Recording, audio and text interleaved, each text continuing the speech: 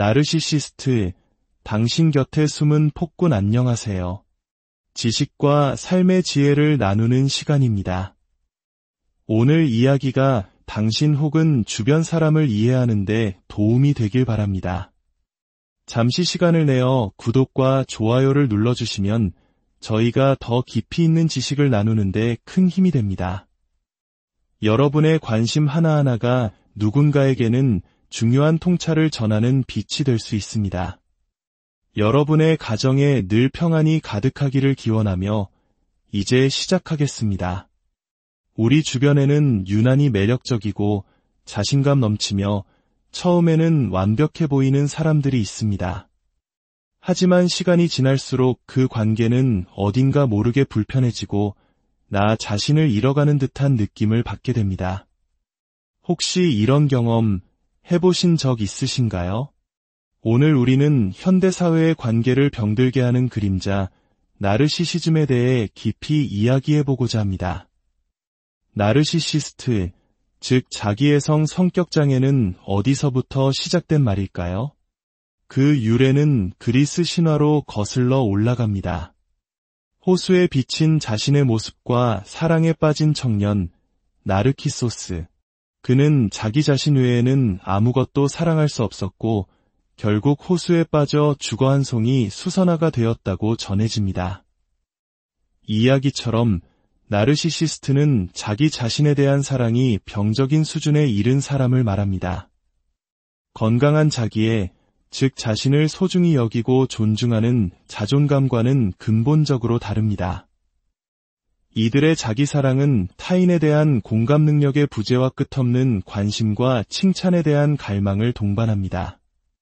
그들의 세상은 나로 시작해서 나로 끝납니다. 나라는 작은 세계에서 우리라는 더 큰 세계로 나아가지 못하는 것이죠. 그들의 주된 특징은 다음과 같습니다. 자신을 세상에서 가장 중요하고 특별한 존재라고 믿는 과대성, 끊임없이 타인의 찬사와 인정을 요구하는 것, 그리고 다른 사람의 감정이나 상황을 이해하고 공감하는 능력이 현저히 부족하다는 점입니다. 질투심이 매우 강하고 타인을 지배하려는 성향을 보이며 자신이 원하는 것을 얻기 위해 다른 사람을 조종하는 데 거리낌이 없습니다. 그렇다면 한 사람은 어떻게 나르시시스트가 되는 것일까요? 그 뿌리는 대부분 어린 시절의 경험과 깊이 연결되어 있습니다. 첫 번째 경우는 과잉 칭찬과 특별 대우 속에서 자란 아이입니다. 아이가 이룬 성취와는 상관없이 무조건적인 찬사를 보내고 세상에서 가장 특별한 아이라는 인식을 심어주는 환경입니다. 아이의 모든 요구를 들어주고 단 한 번의 거절이나 안 되라는 말을 경험하지 못하게 합니다. 이런 환경에서 아이는 자신이 세상의 중심이라는 왜곡된 자아상을 갖게 되고 타인의 필요나 감정을 고려할 필요가 없다고 배우게 됩니다. 마치 왕자나 공주처럼 떠받들려 자란 아이가 어른이 되어서도 세상이 자신을 중심으로 돌아가야 한다고 믿게 되는 것과 같습니다. 놀랍게도 정반대의 환경 역시 나르시시스트를 만들어낼 수 있습니다. 바로 어린 시절의 혹독한 정서적, 신체적 학대나 방임입니다.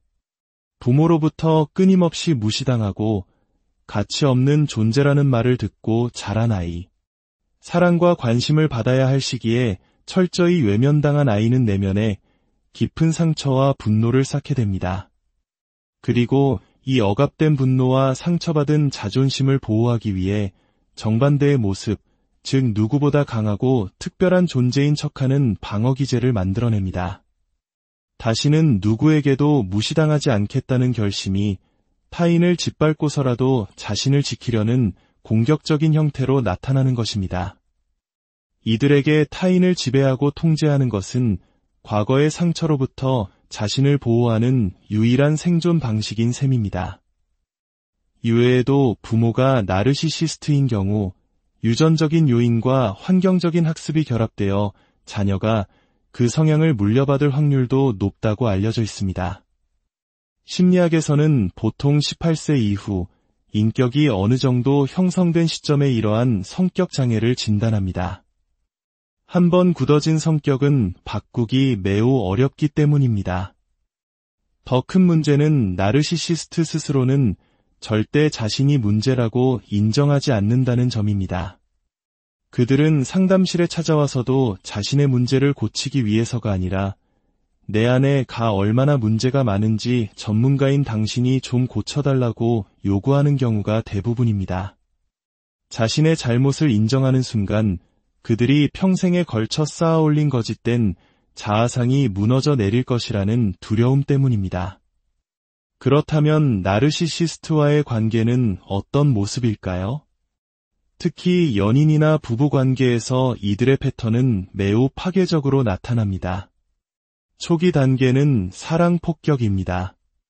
그들은 당신이 세상에서 가장 특별한 사람인 것처럼 느끼게 만듭니다.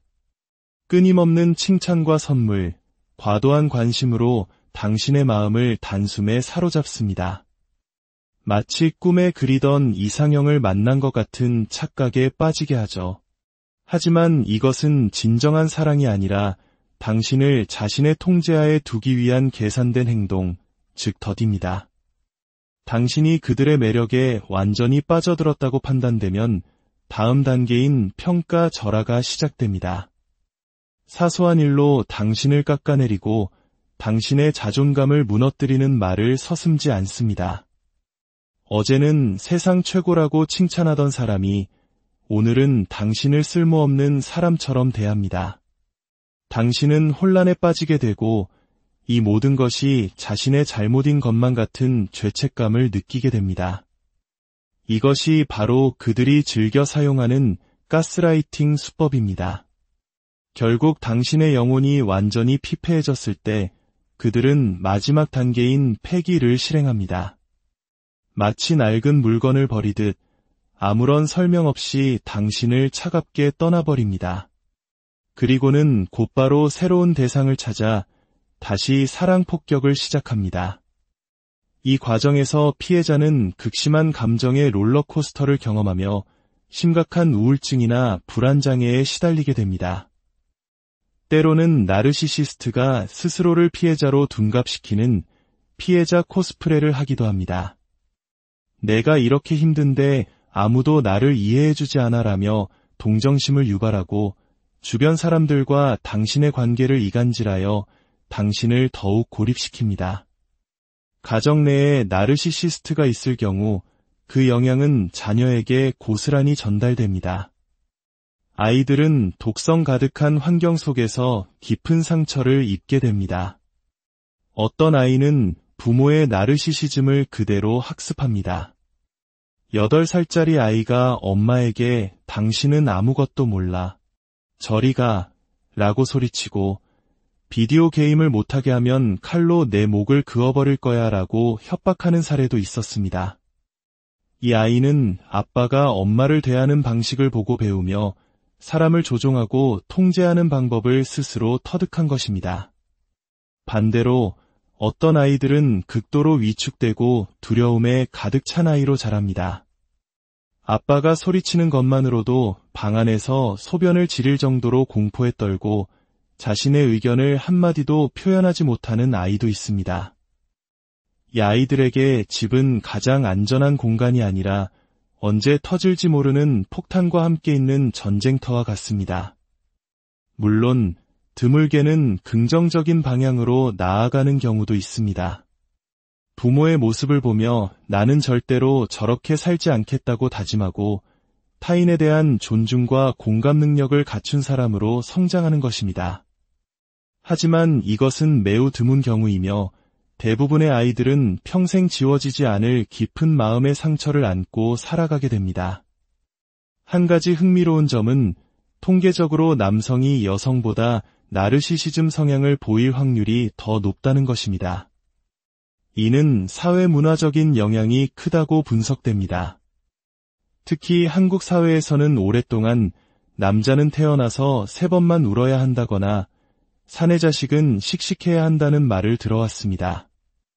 이런 사회적 압박 속에서 남성들은 자신의 감정을 솔직하게 표현하는 법을 배우지 못하고 슬픔이나 두려움 같은 감정을 억누르는 데 익숙해집니다.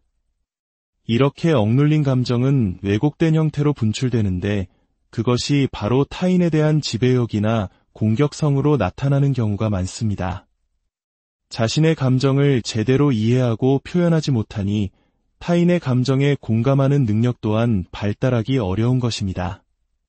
물론 우리 모두에게는 어느 정도의 나르시시즘 성향이 있습니다. 그리고 건강한 수준의 자기애는 삶을 살아가는데 필수적입니다. 스스로를 아끼고 자신의 가치를 믿으며 자신감 있게 목표를 향해 나아가는 것은 매우 중요합니다. 건강한 자기애와 병적인 나르시시즘을 구분하는 가장 중요한 기준은 타인에 대한 존중입니다.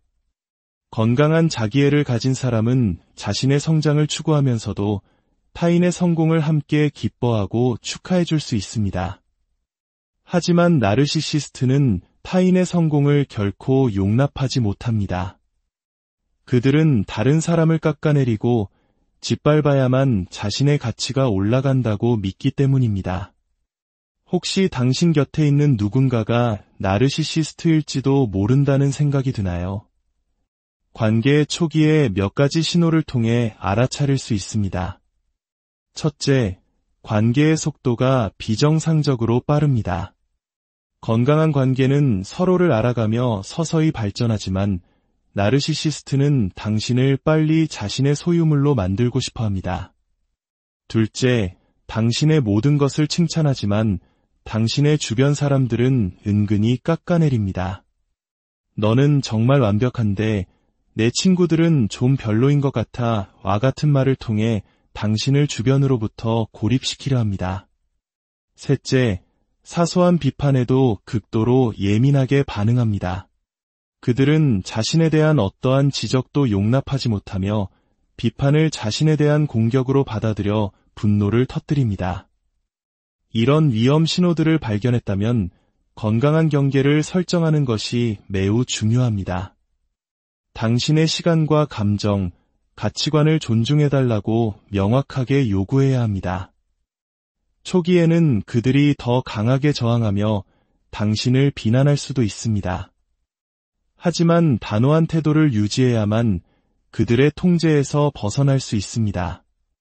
나르시시스트와의 관계에서 벗어나는 것은 결코 쉽지 않습니다. 그들이 가끔 보여주는 다정한 모습에 희망을 품게 되고 오랜 시간 지속된 감정적 착취로 인해 이 사람 없이는 살 수 없을 것 같다는 잘못된 믿음, 즉 트라우마 본딩이 형성되기 때문입니다. 하지만 기억해야 합니다. 당신은 누군가의 감정 쓰레기통이 되기 위해 태어난 존재가 아닙니다. 당신은 존중받고 사랑받을 자격이 충분한 사람입니다. 혼자서 해결하기 어렵다면 반드시 주변 친구나 가족 혹은 전문가에게 도움을 요청하십시오. 당신의 삶을 되찾기 위한 용기 있는 첫걸음을 내딛는 것이 가장 중요합니다. 오늘날 많은 관계들이 쉽게 깨어지는 이유 중 하나로 나르시시즘의 확산을 꼽기도 합니다. 특히 소셜미디어는 이러한 경향을 더욱 부추깁니다. 사람들은 자신의 가장 행복하고 성공적인 모습만을 전시하고 우리는 그 편집된 이미지를 보며 끊임없이 자신과 타인을 비교합니다. 이 과정에서 우리는 더 완벽해져야 한다는 압박감을 느끼고 타인을 바꿔서라도 돋보이고 싶어하는 나르시시즘적인 욕망에 쉽게 빠져들게 됩니다. 나르시시스트는 쉽게 변하지 않습니다. 그들이 변화하기 위한 유일한 길은 스스로 자신의 문제를 처절하게 깨닫고 전문가의 도움을 받아 아주 오랜 시간 동안 꾸준히 노력하는 것뿐입니다. 이것은 마치 평생 써온 왼손 대신 오른손으로 글씨를 쓰는 법을 새로 배우는 것만큼이나 고통스럽고 힘든 과정입니다. 나르시시즘은 단순히 한 사람의 성격 문제가 아니라 우리 사회 전체가 함께 고민하고 해결해야 할 문제입니다. 타인에 대한 존중과 공감, 그리고 진정한 의미의 자기 사랑이 무엇인지 되돌아보는 것. 그것이 바로 우리 자신과 우리 주변의 소중한 관계들을 지키는 첫걸음이 될 것입니다. 당신의 삶이 타인의 평가나 통제에 휘둘리지 않고 온전히 당신 자신의 것으로 빛나기를 진심으로. 나르시시스트, 당신 곁에 숨은 폭군 안녕하세요. 지식과 삶의 지혜를 나누는 시간입니다. 오늘 이야기가 당신 혹은 주변 사람을 이해하는 데 도움이 되길 바랍니다. 잠시 시간을 내어 구독과 좋아요를 눌러주시면 저희가 더 깊이 있는 지식을 나누는 데 큰 힘이 됩니다. 여러분의 관심 하나하나가 누군가에게는 중요한 통찰을 전하는 빛이 될 수 있습니다. 여러분의 가정에 늘 평안이 가득하기를 기원하며 이제 시작하겠습니다. 우리 주변에는 유난히 매력적이고 자신감 넘치며 처음에는 완벽해 보이는 사람들이 있습니다. 하지만 시간이 지날수록 그 관계는 어딘가 모르게 불편해지고 나 자신을 잃어가는 듯한 느낌을 받게 됩니다. 혹시 이런 경험 해보신 적 있으신가요? 오늘 우리는 현대사회의 관계를 병들게 하는 그림자, 나르시시즘에 대해 깊이 이야기해보고자 합니다. 나르시시스트, 즉 자기애성 성격장애는 어디서부터 시작된 말일까요? 그 유래는 그리스 신화로 거슬러 올라갑니다. 호수에 비친 자신의 모습과 사랑에 빠진 청년, 나르키소스. 그는 자기 자신 외에는 아무것도 사랑할 수 없었고 결국 호수에 빠져 죽어 한 송이 수선화가 되었다고 전해집니다. 이 이야기처럼 나르시시스트는 자기 자신에 대한 사랑이 병적인 수준에 이른 사람을 말합니다. 건강한 자기애, 즉 자신을 소중히 여기고 존중하는 자존감과는 근본적으로 다릅니다. 이들의 자기사랑은 타인에 대한 공감 능력의 부재와 끝없는 관심과 칭찬에 대한 갈망을 동반합니다. 그들의 세상은 나로 시작해서 나로 끝납니다. 나라는 작은 세계에서 우리라는 더 큰 세계로 나아가지 못하는 것이죠. 그들의 주된 특징은 다음과 같습니다. 자신을 세상에서 가장 중요하고 특별한 존재라고 믿는 과대성, 끊임없이 타인의 찬사와 인정을 요구하는 것, 그리고 다른 사람의 감정이나 상황을 이해하고 공감하는 능력이 현저히 부족하다는 점입니다. 질투심이 매우 강하고 타인을 지배하려는 성향을 보이며 자신이 원하는 것을 얻기 위해 다른 사람을 조종하는 데 거리낌이 없습니다. 그렇다면 한 사람은 어떻게 나르시시스트가 되는 것일까요? 그 뿌리는 대부분 어린 시절의 경험과 깊이 연결되어 있습니다. 첫 번째 경우는 과잉 칭찬과 특별 대우 속에서 자란 아이입니다. 아이가 이룬 성취와는 상관없이 무조건적인 찬사를 보내고 세상에서 가장 특별한 아이라는 인식을 심어주는 환경입니다. 아이의 모든 요구를 들어주고 단 한 번의 거절이나 안 돼라는 말을 경험하지 못하게 합니다. 이런 환경에서 아이는 자신이 세상의 중심이라는 왜곡된 자아상을 갖게 되고 타인의 필요나 감정을 고려할 필요가 없다고 배우게 됩니다. 마치 왕자나 공주처럼 떠받들려 자란 아이가 어른이 되어서도 세상이 자신을 중심으로 돌아가야 한다고 믿게 되는 것과 같습니다. 놀랍게도 정반대의 환경 역시 나르시시스트를 만들어낼 수 있습니다. 바로 어린 시절의 혹독한 정서적, 신체적 학대나 방임입니다. 부모로부터 끊임없이 무시당하고 가치 없는 존재라는 말을 듣고 자란 아이. 사랑과 관심을 받아야 할 시기에 철저히 외면당한 아이는 내면에 깊은 상처와 분노를 쌓게 됩니다. 그리고 이 억압된 분노와 상처받은 자존심을 보호하기 위해 정반대의 모습, 즉 누구보다 강하고 특별한 존재인 척하는 방어기제를 만들어냅니다. 다시는 누구에게도 무시당하지 않겠다는 결심이 타인을 짓밟고서라도 자신을 지키려는 공격적인 형태로 나타나는 것입니다. 이들에게 타인을 지배하고 통제하는 것은 과거의 상처로부터 자신을 보호하는 유일한 생존 방식인 셈입니다. 이외에도 부모가 나르시시스트인 경우 유전적인 요인과 환경적인 학습이 결합되어 자녀가 그 성향을 물려받을 확률도 높다고 알려져 있습니다. 심리학에서는 보통 18세 이후 인격이 어느 정도 형성된 시점에 이러한 성격 장애를 진단합니다. 한번 굳어진 성격은 바꾸기 매우 어렵기 때문입니다. 더 큰 문제는 나르시시스트 스스로는 절대 자신이 문제라고 인정하지 않는다는 점입니다. 그들은 상담실에 찾아와서도 자신의 문제를 고치기 위해서가 아니라 내 안에 얼마나 문제가 많은지 전문가인 당신이 좀 고쳐달라고 요구하는 경우가 대부분입니다. 자신의 잘못을 인정하는 순간 그들이 평생에 걸쳐 쌓아올린 거짓된 자아상이 무너져 내릴 것이라는 두려움 때문입니다.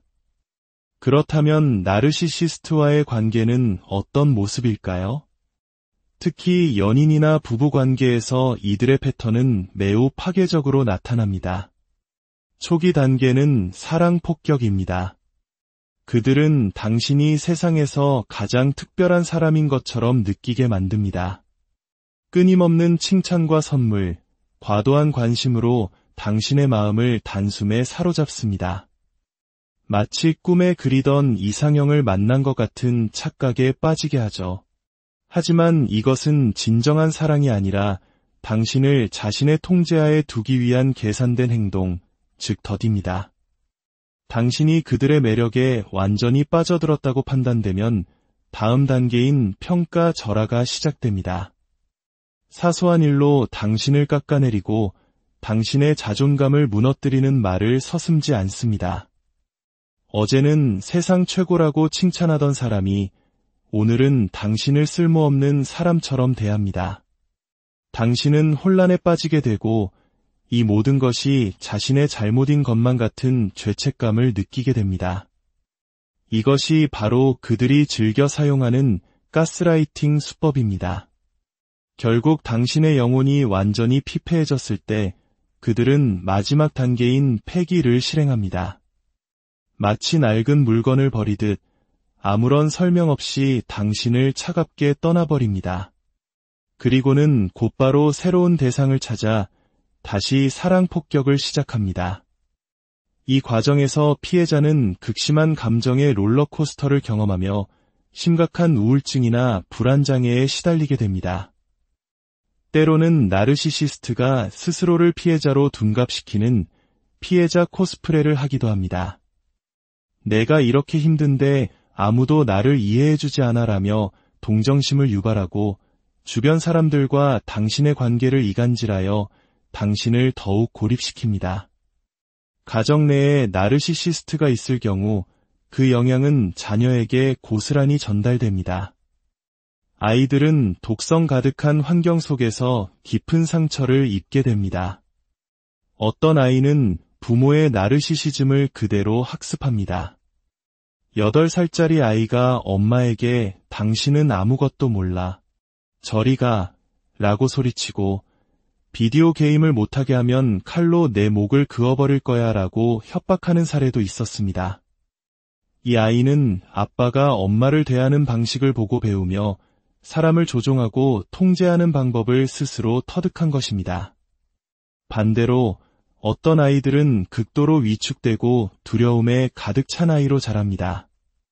아빠가 소리치는 것만으로도 방 안에서 소변을 지릴 정도로 공포에 떨고 자신의 의견을 한마디도 표현하지 못하는 아이도 있습니다. 이 아이들에게 집은 가장 안전한 공간이 아니라 언제 터질지 모르는 폭탄과 함께 있는 전쟁터와 같습니다. 물론 드물게는 긍정적인 방향으로 나아가는 경우도 있습니다. 부모의 모습을 보며 나는 절대로 저렇게 살지 않겠다고 다짐하고 타인에 대한 존중과 공감 능력을 갖춘 사람으로 성장하는 것입니다. 하지만 이것은 매우 드문 경우이며 대부분의 아이들은 평생 지워지지 않을 깊은 마음의 상처를 안고 살아가게 됩니다. 한 가지 흥미로운 점은 통계적으로 남성이 여성보다 나르시시즘 성향을 보일 확률이 더 높다는 것입니다. 이는 사회문화적인 영향이 크다고 분석됩니다. 특히 한국 사회에서는 오랫동안 남자는 태어나서 3번만 울어야 한다거나 사내 자식은 씩씩해야 한다는 말을 들어왔습니다. 이런 사회적 압박 속에서 남성들은 자신의 감정을 솔직하게 표현하는 법을 배우지 못하고 슬픔이나 두려움 같은 감정을 억누르는 데 익숙해집니다. 이렇게 억눌린 감정은 왜곡된 형태로 분출되는데 그것이 바로 타인에 대한 지배욕이나 공격성으로 나타나는 경우가 많습니다. 자신의 감정을 제대로 이해하고 표현하지 못하니 타인의 감정에 공감하는 능력 또한 발달하기 어려운 것입니다. 물론 우리 모두에게는 어느 정도의 나르시시즘 성향이 있습니다.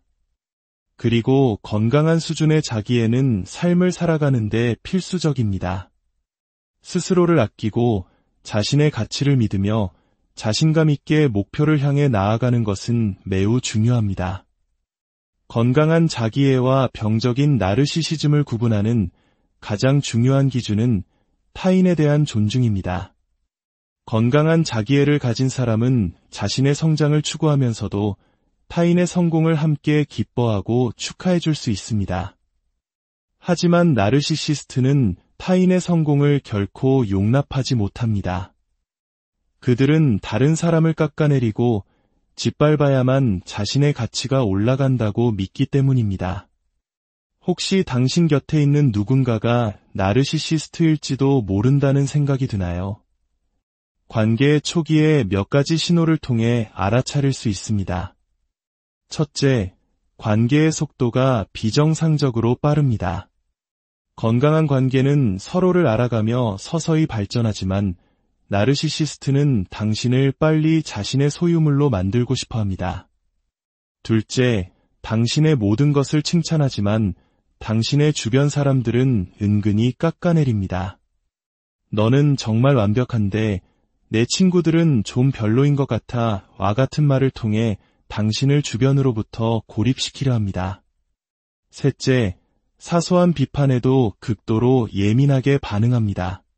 그들은 자신에 대한 어떠한 지적도 용납하지 못하며 비판을 자신에 대한 공격으로 받아들여 분노를 터뜨립니다. 이런 위험 신호들을 발견했다면 건강한 경계를 설정하는 것이 매우 중요합니다. 당신의 시간과 감정, 가치관을 존중해달라고 명확하게 요구해야 합니다. 초기에는 그들이 더 강하게 저항하며 당신을 비난할 수도 있습니다. 하지만 단호한 태도를 유지해야만 그들의 통제에서 벗어날 수 있습니다. 나르시시스트와의 관계에서 벗어나는 것은 결코 쉽지 않습니다. 그들이 가끔 보여주는 다정한 모습에 희망을 품게 되고 오랜 시간 지속된 감정적 착취로 인해 이 사람 없이는 살 수 없을 것 같다는 잘못된 믿음, 즉 트라우마 본딩이 형성되기 때문입니다. 하지만 기억해야 합니다. 당신은 누군가의 감정 쓰레기통이 되기 위해 태어난 존재가 아닙니다. 당신은 존중받고 사랑받을 자격이 충분한 사람입니다. 혼자서 해결하기 어렵다면 반드시 주변 친구나 가족 혹은 전문가에게 도움을 요청하십시오. 당신의 삶을 되찾기 위한 용기 있는 첫걸음을 내딛는 것이 가장 중요합니다.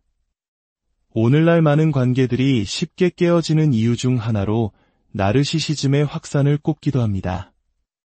특히 소셜미디어는 이러한 경향을 더욱 부추깁니다. 사람들은 자신의 가장 행복하고 성공적인 모습만을 전시하고 우리는 그 편집된 이미지를 보며 끊임없이 자신과 타인을 비교합니다. 이 과정에서 우리는 더 완벽해져야 한다는 압박감을 느끼고 타인을 바꿔서라도 돋보이고 싶어하는 나르시시즘적인 욕망에 쉽게 빠져들게 됩니다. 나르시시스트는 쉽게 변하지 않습니다. 그들이 변화하기 위한 유일한 길은 스스로 자신의 문제를 처절하게 깨닫고 전문가의 도움을 받아 아주 오랜 시간 동안 꾸준히 노력하는 것뿐입니다. 이것은 마치 평생 써온 왼손 대신 오른손으로 글씨를 쓰는 법을 새로 배우는 것만큼이나 고통스럽고 힘든 과정입니다. 나르시시즘은 단순히 한 사람의 성격 문제가 아니라 우리 사회 전체가 함께 고민하고 해결해야 할 문제입니다.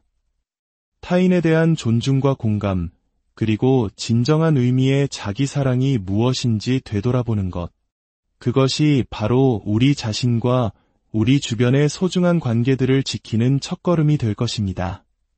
당신의 삶이 타인의 평가나 통제에 휘둘리지 않고 온전히 당신 자신의 것으로 빛나기를 진심으로. 나르시시스트, 당신 곁에 숨은 폭군 안녕하세요. 지식과 삶의 지혜를 나누는 시간입니다. 오늘 이야기가 당신 혹은 주변 사람을 이해하는 데 도움이 되길 바랍니다. 잠시 시간을 내어 구독과 좋아요를 눌러주시면 저희가 더 깊이 있는 지식을 나누는 데 큰 힘이 됩니다. 여러분의 관심 하나하나가 누군가에게는 중요한 통찰을 전하는 빛이 될 수 있습니다. 여러분의 가정에 늘 평안이 가득하기를 기원하며 이제 시작하겠습니다. 우리 주변에는 유난히 매력적이고 자신감 넘치며 처음에는 완벽해 보이는 사람들이 있습니다. 하지만 시간이 지날수록 그 관계는 어딘가 모르게 불편해지고 나 자신을 잃어가는 듯한 느낌을 받게 됩니다. 혹시 이런 경험 해보신 적 있으신가요? 오늘 우리는 현대사회의 관계를 병들게 하는 그림자, 나르시시즘에 대해 깊이 이야기해보고자 합니다. 나르시시스트, 즉 자기애성 성격장애는 어디서부터 시작된 말일까요? 그 유래는 그리스 신화로 거슬러 올라갑니다. 호수에 비친 자신의 모습과 사랑에 빠진 청년, 나르키소스.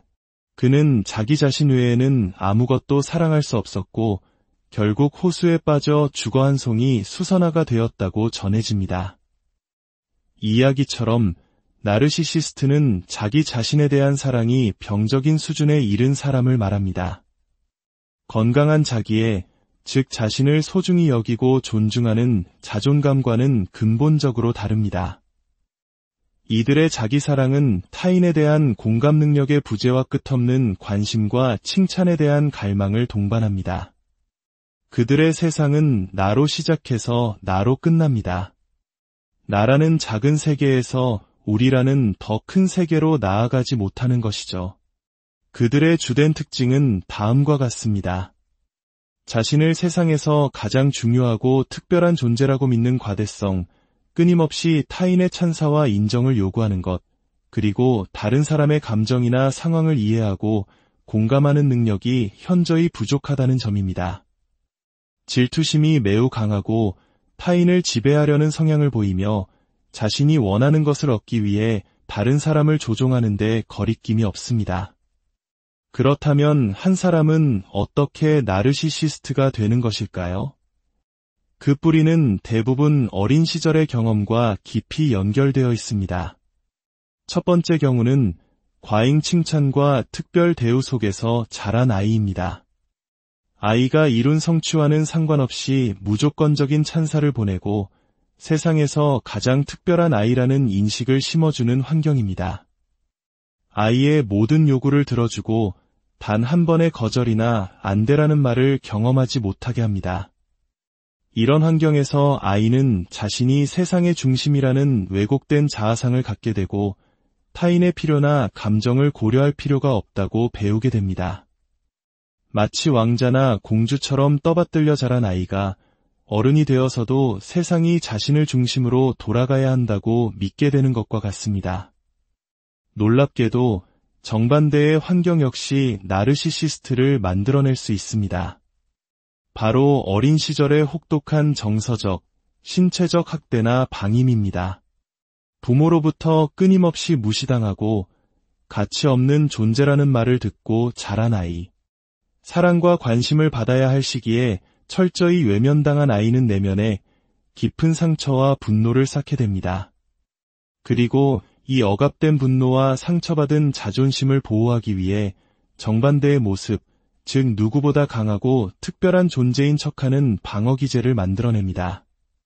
다시는 누구에게도 무시당하지 않겠다는 결심이 타인을 짓밟고서라도 자신을 지키려는 공격적인 형태로 나타나는 것입니다.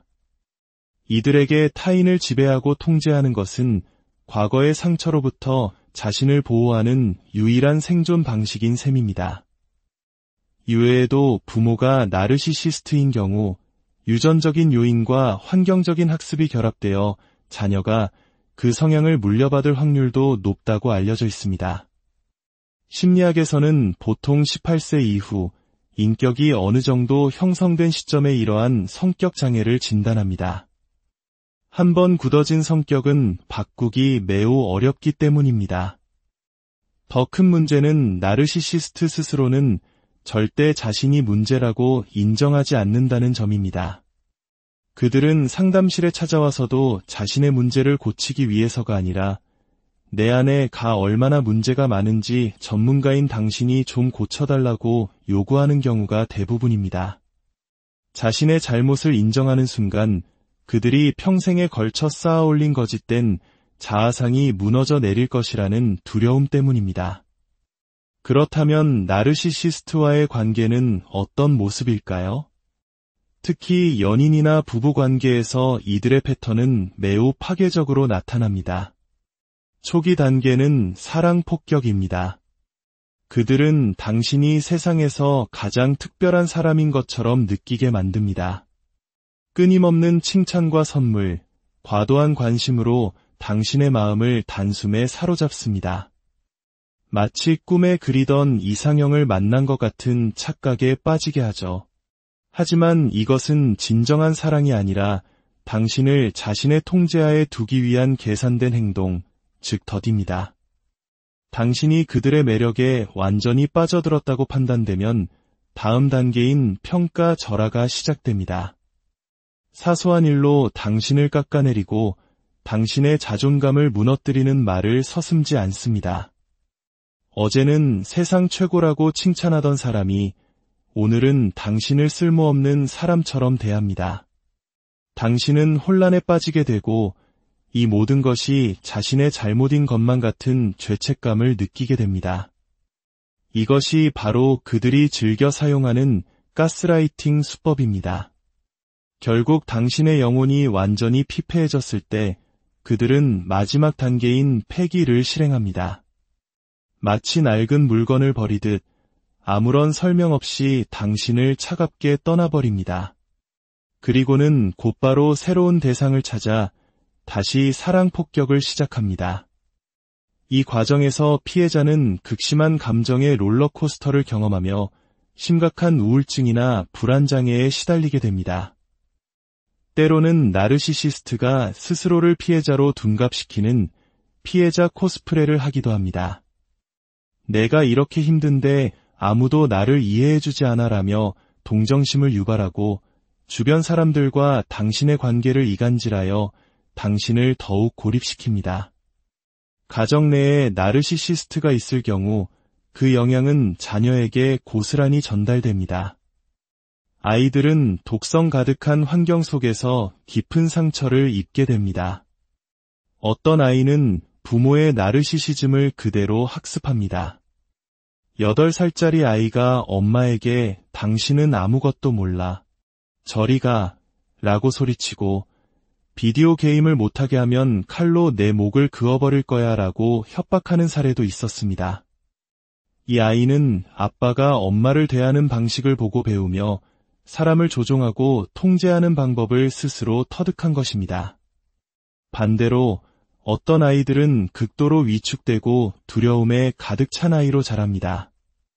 아빠가 소리치는 것만으로도 방 안에서 소변을 지릴 정도로 공포에 떨고 자신의 의견을 한마디도 표현하지 못하는 아이도 있습니다. 이 아이들에게 집은 가장 안전한 공간이 아니라 언제 터질지 모르는 폭탄과 함께 있는 전쟁터와 같습니다. 물론 드물게는 긍정적인 방향으로 나아가는 경우도 있습니다. 부모의 모습을 보며 나는 절대로 저렇게 살지 않겠다고 다짐하고 타인에 대한 존중과 공감 능력을 갖춘 사람으로 성장하는 것입니다. 하지만 이것은 매우 드문 경우이며 대부분의 아이들은 평생 지워지지 않을 깊은 마음의 상처를 안고 살아가게 됩니다. 한 가지 흥미로운 점은 통계적으로 남성이 여성보다 나르시시즘 성향을 보일 확률이 더 높다는 것입니다. 이는 사회문화적인 영향이 크다고 분석됩니다. 특히 한국 사회에서는 오랫동안 남자는 태어나서 3번만 울어야 한다거나 사내 자식은 씩씩해야 한다는 말을 들어왔습니다. 이런 사회적 압박 속에서 남성들은 자신의 감정을 솔직하게 표현하는 법을 배우지 못하고 슬픔이나 두려움 같은 감정을 억누르는 데 익숙해집니다. 이렇게 억눌린 감정은 왜곡된 형태로 분출되는데 그것이 바로 타인에 대한 지배욕이나 공격성으로 나타나는 경우가 많습니다. 자신의 감정을 제대로 이해하고 표현하지 못하니 타인의 감정에 공감하는 능력 또한 발달하기 어려운 것입니다. 물론 우리 모두에게는 어느 정도의 나르시시즘 성향이 있습니다. 그리고 건강한 수준의 자기애는 삶을 살아가는데 필수적입니다. 스스로를 아끼고 자신의 가치를 믿으며 자신감 있게 목표를 향해 나아가는 것은 매우 중요합니다. 건강한 자기애와 병적인 나르시시즘을 구분하는 가장 중요한 기준은 타인에 대한 존중입니다. 건강한 자기애를 가진 사람은 자신의 성장을 추구하면서도 타인의 성공을 함께 기뻐하고 축하해 줄 수 있습니다. 하지만 나르시시스트는 타인의 성공을 결코 용납하지 못합니다.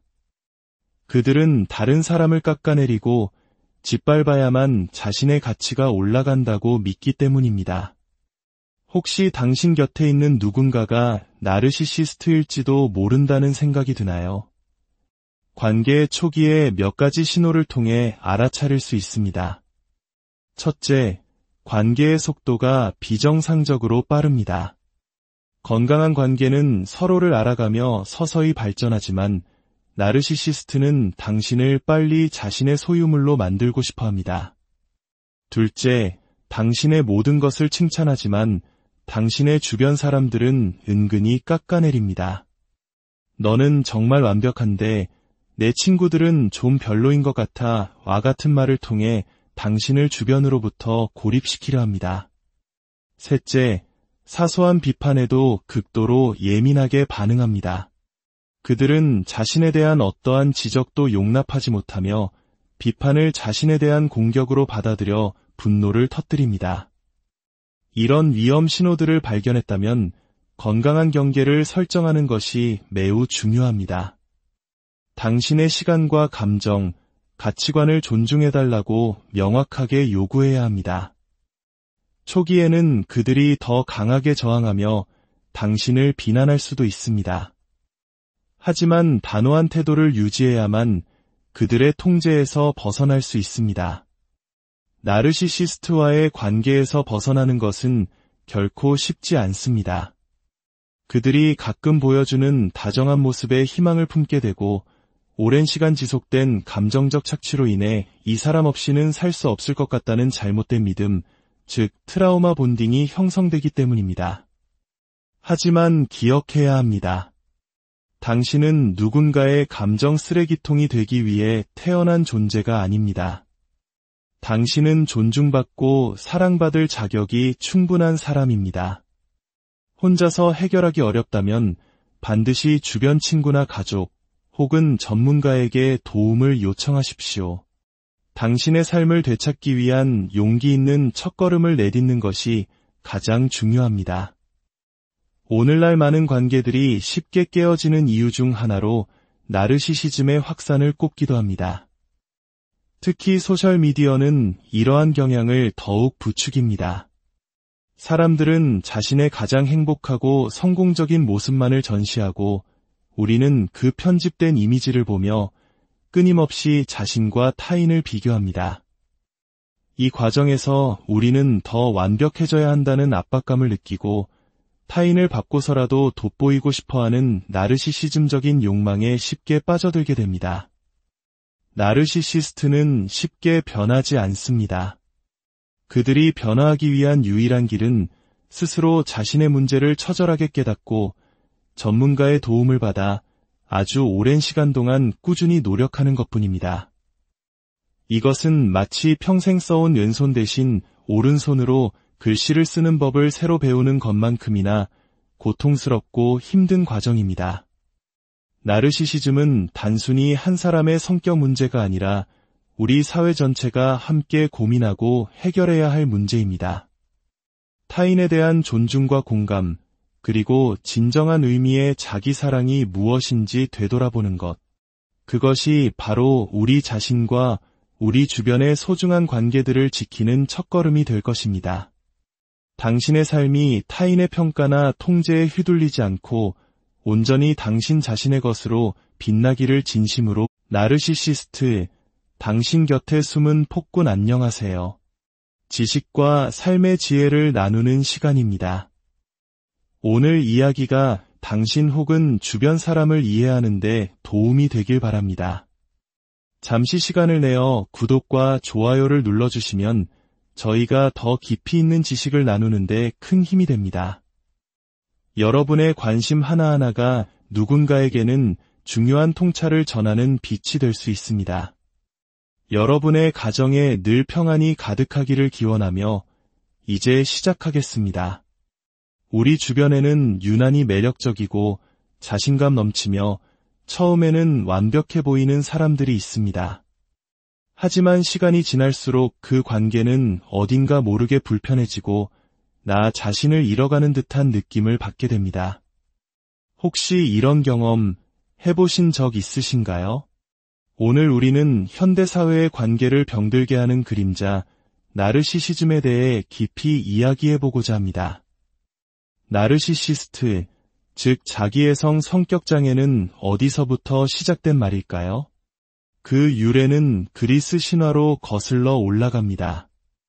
호수에 비친 자신의 모습과 사랑에 빠진 청년, 나르키소스. 그는 자기 자신 외에는 아무것도 사랑할 수 없었고 결국 호수에 빠져 죽어 한 송이 수선화가 되었다고 전해집니다. 이 이야기처럼 나르시시스트는 자기 자신에 대한 사랑이 병적인 수준에 이른 사람을 말합니다. 건강한 자기애, 즉 자신을 소중히 여기고 존중하는 자존감과는 근본적으로 다릅니다. 이들의 자기사랑은 타인에 대한 공감 능력의 부재와 끝없는 관심과 칭찬에 대한 갈망을 동반합니다. 그들의 세상은 나로 시작해서 나로 끝납니다. 나라는 작은 세계에서 우리라는 더 큰 세계로 나아가지 못하는 것이죠. 그들의 주된 특징은 다음과 같습니다. 자신을 세상에서 가장 중요하고 특별한 존재라고 믿는 과대성, 끊임없이 타인의 찬사와 인정을 요구하는 것, 그리고 다른 사람의 감정이나 상황을 이해하고 공감하는 능력이 현저히 부족하다는 점입니다. 질투심이 매우 강하고 타인을 지배하려는 성향을 보이며 자신이 원하는 것을 얻기 위해 다른 사람을 조종하는 데 거리낌이 없습니다. 그렇다면 한 사람은 어떻게 나르시시스트가 되는 것일까요? 그 뿌리는 대부분 어린 시절의 경험과 깊이 연결되어 있습니다. 첫 번째 경우는 과잉 칭찬과 특별 대우 속에서 자란 아이입니다. 아이가 이룬 성취와는 상관없이 무조건적인 찬사를 보내고 세상에서 가장 특별한 아이라는 인식을 심어주는 환경입니다. 아이의 모든 요구를 들어주고 단 한 번의 거절이나 안 돼라는 말을 경험하지 못하게 합니다. 이런 환경에서 아이는 자신이 세상의 중심이라는 왜곡된 자아상을 갖게 되고 타인의 필요나 감정을 고려할 필요가 없다고 배우게 됩니다. 마치 왕자나 공주처럼 떠받들려 자란 아이가 어른이 되어서도 세상이 자신을 중심으로 돌아가야 한다고 믿게 되는 것과 같습니다. 놀랍게도 정반대의 환경 역시 나르시시스트를 만들어낼 수 있습니다. 바로 어린 시절의 혹독한 정서적, 신체적 학대나 방임입니다. 부모로부터 끊임없이 무시당하고 가치 없는 존재라는 말을 듣고 자란 아이. 사랑과 관심을 받아야 할 시기에 철저히 외면당한 아이는 내면에 깊은 상처와 분노를 쌓게 됩니다. 그리고 이 억압된 분노와 상처받은 자존심을 보호하기 위해 정반대의 모습, 즉 누구보다 강하고 특별한 존재인 척하는 방어기제를 만들어냅니다. 다시는 누구에게도 무시당하지 않겠다는 결심이 타인을 짓밟고서라도 자신을 지키려는 공격적인 형태로 나타나는 것입니다. 이들에게 타인을 지배하고 통제하는 것은 과거의 상처로부터 자신을 보호하는 유일한 생존 방식인 셈입니다. 이외에도 부모가 나르시시스트인 경우 유전적인 요인과 환경적인 학습이 결합되어 자녀가 그 성향을 물려받을 확률도 높다고 알려져 있습니다. 심리학에서는 보통 18세 이후 인격이 어느 정도 형성된 시점에 이러한 성격 장애를 진단합니다. 한번 굳어진 성격은 바꾸기 매우 어렵기 때문입니다. 더 큰 문제는 나르시시스트 스스로는 절대 자신이 문제라고 인정하지 않는다는 점입니다. 그들은 상담실에 찾아와서도 자신의 문제를 고치기 위해서가 아니라 내 안에 얼마나 문제가 많은지 전문가인 당신이 좀 고쳐달라고 요구하는 경우가 대부분입니다. 자신의 잘못을 인정하는 순간 그들이 평생에 걸쳐 쌓아올린 거짓된 자아상이 무너져 내릴 것이라는 두려움 때문입니다. 그렇다면 나르시시스트와의 관계는 어떤 모습일까요? 특히 연인이나 부부관계에서 이들의 패턴은 매우 파괴적으로 나타납니다. 초기 단계는 사랑 폭격입니다. 그들은 당신이 세상에서 가장 특별한 사람인 것처럼 느끼게 만듭니다. 끊임없는 칭찬과 선물, 과도한 관심으로 당신의 마음을 단숨에 사로잡습니다. 마치 꿈에 그리던 이상형을 만난 것 같은 착각에 빠지게 하죠. 하지만 이것은 진정한 사랑이 아니라 당신을 자신의 통제하에 두기 위한 계산된 행동, 즉 덫입니다. 당신이 그들의 매력에 완전히 빠져들었다고 판단되면 다음 단계인 평가절하가 시작됩니다. 사소한 일로 당신을 깎아내리고 당신의 자존감을 무너뜨리는 말을 서슴지 않습니다. 어제는 세상 최고라고 칭찬하던 사람이 오늘은 당신을 쓸모없는 사람처럼 대합니다. 당신은 혼란에 빠지게 되고 이 모든 것이 자신의 잘못인 것만 같은 죄책감을 느끼게 됩니다. 이것이 바로 그들이 즐겨 사용하는 가스라이팅 수법입니다. 결국 당신의 영혼이 완전히 피폐해졌을 때 그들은 마지막 단계인 폐기를 실행합니다. 마치 낡은 물건을 버리듯 아무런 설명 없이 당신을 차갑게 떠나버립니다. 그리고는 곧바로 새로운 대상을 찾아 다시 사랑 폭격을 시작합니다. 이 과정에서 피해자는 극심한 감정의 롤러코스터를 경험하며 심각한 우울증이나 불안장애에 시달리게 됩니다. 때로는 나르시시스트가 스스로를 피해자로 둔갑시키는 피해자 코스프레를 하기도 합니다. 내가 이렇게 힘든데 아무도 나를 이해해주지 않아라며 동정심을 유발하고 주변 사람들과 당신의 관계를 이간질하여 당신을 더욱 고립시킵니다. 가정 내에 나르시시스트가 있을 경우 그 영향은 자녀에게 고스란히 전달됩니다. 아이들은 독성 가득한 환경 속에서 깊은 상처를 입게 됩니다. 어떤 아이는 부모의 나르시시즘을 그대로 학습합니다. 8살짜리 아이가 엄마에게 당신은 아무것도 몰라, 저리 가, 라고 소리치고 비디오 게임을 못하게 하면 칼로 내 목을 그어버릴 거야 라고 협박하는 사례도 있었습니다. 이 아이는 아빠가 엄마를 대하는 방식을 보고 배우며 사람을 조종하고 통제하는 방법을 스스로 터득한 것입니다. 반대로 어떤 아이들은 극도로 위축되고 두려움에 가득 찬 아이로 자랍니다.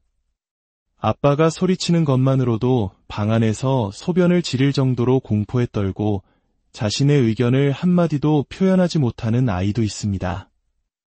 이 아이들에게 집은 가장 안전한 공간이 아니라 언제 터질지 모르는 폭탄과 함께 있는 전쟁터와 같습니다. 물론 드물게는 긍정적인 방향으로 나아가는 경우도 있습니다. 부모의 모습을 보며 나는 절대로 저렇게 살지 않겠다고 다짐하고 타인에 대한 존중과 공감 능력을 갖춘 사람으로 성장하는 것입니다. 하지만 이것은 매우 드문 경우이며 대부분의 아이들은 평생 지워지지 않을 깊은 마음의 상처를 안고 살아가게 됩니다. 한 가지 흥미로운 점은 통계적으로 남성이 여성보다 나르시시즘 성향을 보일 확률이 더 높다는 것입니다. 이는 사회 문화적인 영향이 크다고 분석됩니다. 특히 한국 사회에서는 오랫동안 남자는 태어나서 3번만 울어야 한다거나 사내 자식은 씩씩해야 한다는 말을 들어왔습니다. 이런 사회적 압박 속에서 남성들은 자신의 감정을 솔직하게 표현하는 법을 배우지 못하고 슬픔이나 두려움 같은 감정을 억누르는 데 익숙해집니다. 이렇게 억눌린 감정은 왜곡된 형태로 분출되는데 그것이 바로 타인에 대한 지배욕이나 공격성으로 나타나는 경우가 많습니다. 자신의 감정을 제대로 이해하고 표현하지 못하니 타인의 감정에 공감하는 능력 또한 발달하기 어려운 것입니다. 물론 우리 모두에게는 어느 정도의 나르시시즘 성향이 있습니다. 그리고 건강한 수준의 자기애는 삶을 살아가는데 필수적입니다.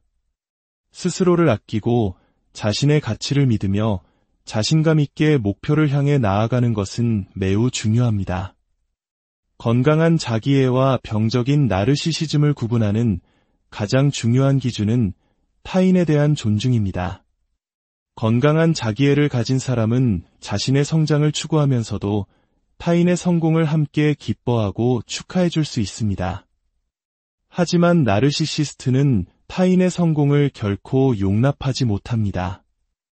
그들은 다른 사람을 깎아내리고 짓밟아야만 자신의 가치가 올라간다고 믿기 때문입니다. 혹시 당신 곁에 있는 누군가가 나르시시스트일지도 모른다는 생각이 드나요? 관계의 초기에 몇 가지 신호를 통해 알아차릴 수 있습니다. 첫째, 관계의 속도가 비정상적으로 빠릅니다. 건강한 관계는 서로를 알아가며 서서히 발전하지만 나르시시스트는 당신을 빨리 자신의 소유물로 만들고 싶어 합니다. 둘째, 당신의 모든 것을 칭찬하지만 당신의 주변 사람들은 은근히 깎아내립니다. 너는 정말 완벽한데 내 친구들은 좀 별로인 것 같아 와 같은 말을 통해 당신을 주변으로부터 고립시키려 합니다. 셋째, 사소한 비판에도 극도로 예민하게 반응합니다. 그들은 자신에 대한 어떠한 지적도 용납하지 못하며 비판을 자신에 대한 공격으로 받아들여 분노를 터뜨립니다. 이런 위험 신호들을 발견했다면 건강한 경계를 설정하는 것이 매우 중요합니다. 당신의 시간과 감정, 가치관을 존중해달라고 명확하게 요구해야 합니다. 초기에는 그들이 더 강하게 저항하며 당신을 비난할 수도 있습니다. 하지만 단호한 태도를 유지해야만 그들의 통제에서 벗어날 수 있습니다. 나르시시스트와의 관계에서 벗어나는 것은 결코 쉽지 않습니다. 그들이 가끔 보여주는 다정한 모습에 희망을 품게 되고 오랜 시간 지속된 감정적 착취로 인해 이 사람 없이는 살 수 없을 것 같다는 잘못된 믿음, 즉 트라우마 본딩이 형성되기 때문입니다. 하지만 기억해야 합니다. 당신은 누군가의 감정 쓰레기통이 되기 위해 태어난 존재가 아닙니다. 당신은 존중받고 사랑받을 자격이 충분한 사람입니다. 혼자서 해결하기 어렵다면 반드시 주변 친구나 가족 혹은 전문가에게 도움을 요청하십시오. 당신의 삶을 되찾기 위한 용기 있는 첫걸음을 내딛는 것이 가장 중요합니다. 오늘날 많은 관계들이 쉽게 깨어지는 이유 중 하나로 나르시시즘의 확산을 꼽기도 합니다. 특히 소셜미디어는 이러한 경향을 더욱 부추깁니다. 사람들은 자신의 가장 행복하고 성공적인 모습만을 전시하고 우리는 그 편집된 이미지를 보며 끊임없이 자신과 타인을 비교합니다. 이 과정에서 우리는 더 완벽해져야 한다는 압박감을 느끼고 타인을 바꿔서라도 돋보이고 싶어하는 나르시시즘적인 욕망에 쉽게 빠져들게 됩니다. 나르시시스트는 쉽게 변하지 않습니다. 그들이 변화하기 위한 유일한 길은 스스로 자신의 문제를 처절하게 깨닫고 전문가의 도움을 받아 아주 오랜 시간 동안 꾸준히 노력하는 것뿐입니다. 이것은 마치 평생 써온 왼손 대신 오른손으로 글씨를 쓰는 법을 새로 배우는 것만큼이나 고통스럽고 힘든 과정입니다. 나르시시즘은 단순히 한 사람의 성격 문제가 아니라 우리 사회 전체가 함께 고민하고 해결해야 할 문제입니다. 타인에 대한 존중과 공감, 그리고 진정한 의미의 자기 사랑이 무엇인지 되돌아보는 것. 그것이 바로 우리 자신과 우리 주변의